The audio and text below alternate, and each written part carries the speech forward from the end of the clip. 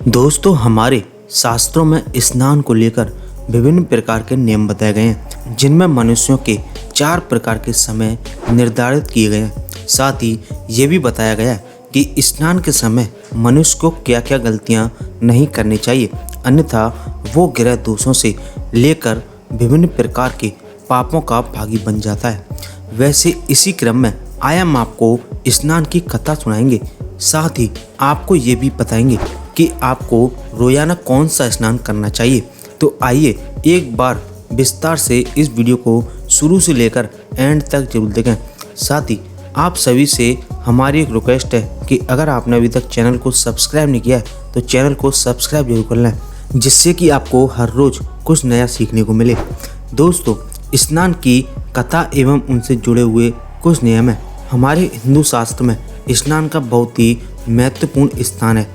भले ही आज के आधुनिक समय में लोग नदी या तालाबों के किनारे पर स्नान करने नहीं जाते हों, परंतु विशेष त्योहारों और कुंभ आदि के समय तो लोगों का उत्साह देखने को बनता है। क्या आप जानते हैं कि स्नान को लेकर हमारे शास्त्रों में विभिन्न प्रकार के नियम संयम बताए गए हैं। शास्त्रों के अनुसार मनुष्य के लिए स्नान के लिए 3 प्रकार के समय का प्रबंध किया गया है। इन नियमों के अलावा यह भी शास्त्रों में बताया गया है कि आपको किन गलतियों से स्नान करते समय बचना चाहिए। अगर आप शास्त्रों में लिखी स्नान संबंधी बातों को नज़रअंदाज करते हैं तो आप ग्रह दोषों के साथ साथ अन्य भी कई सारे पापों का भागी बन जाते हैं। तो चलिए दोस्तों, जानते हैं स्नान के कुछ नियमों के बारे में। नंबर 1, दोस्तों, जब बात स्नान की हो रही हो तो सबसे पहले बात आती है मुनि स्नान की। यह स्नान ब्रह्म मुहूर्त यानी कि सुबह 4 से 5 बजे के बीच किया जाता है। शास्त्रों में इस स्नान को सर्वाधिक महत्वपूर्ण स्थान बताया गया है। जो कोई भी व्यक्ति मुनि स्नान करता है उसे बेल विद्या और आरोग्य की प्राप्ति होती है। उसके साथ ही उस घर में सुख समृद्धि भी बढ़ोतरी होती है।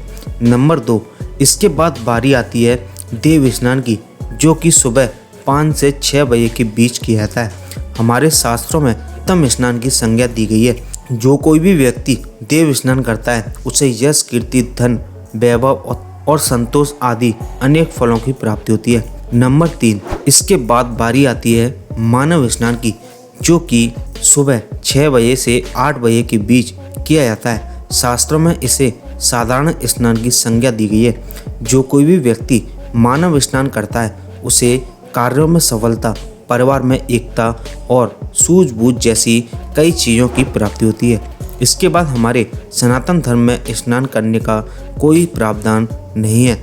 ऐसा इसलिए क्योंकि सुबह 8 बजे के बाद होने वाला स्नान राक्षसी स्नान कहलाता है। जो कोई भी मनुष्य राक्षसी स्नान करता है उसके जीवन में दरिद्रता छा जाती है। ऐसा व्यक्ति हमेशा हानि, कलेश, दुख और परेशानियों से घिरा रहता है। तो दोस्तों, अब आप ही खुद निर्धारित कीजिए कि आपको कौन सा स्नान करना चाहिए। तो चलिए अब यह भी जान लेते हैं कि स्नान करते वक्त हमें किन गलतियों से बचना चाहिए। दोस्तों, पद्म पुराण में स्नान से संबंधित एक कथा का विवरण मिलता है। दरअसल वृंदावन की गोपियाँ सुबह सवेरे गंगा किनारे स्नान करने जाती थीं तथा स्नान करते वक्त वे मन ही मन में भगवान की लीलाओं का ध्यान भी करती थीं, परंतु उनकी इस साधना में एक त्रुटि भी थी, और वह त्रुटि यह थी कि वे शास्त्रों का उल्लंघन करते हुए नग्न अवस्था में स्नान किया करती थीं। हालांकि यह क्रिया जानबूझकर तो नहीं बल्कि अज्ञानतावश ही होती थी, परंतु फिर भी भगवान द्वारा यह भूल सुधरवाना भी आवश्यक था। एक दिन की बात है, भगवान श्री कृष्ण वहाँ पर प्रकट हुए और गोपियों के वस्त्र चुराकर पास ही के एक पेड़ पर बैठ गए। जब गोपियों को पता चला कि वस्त्र तो कान्हा के पास है तो उन्होंने कन्हैया जी से आग्रह किया कि वे उनके वस्त्र वापस दे दें। यह सुनकर भगवान बोले कि आप बाहर आकर स्वयं ही अपने वस्त्र ले जाएं। गोपियां जान गई थीं कि भगवान उनके साथ हास परिहास कर रहे हैं, अतः गोपियां बाहर नहीं आई।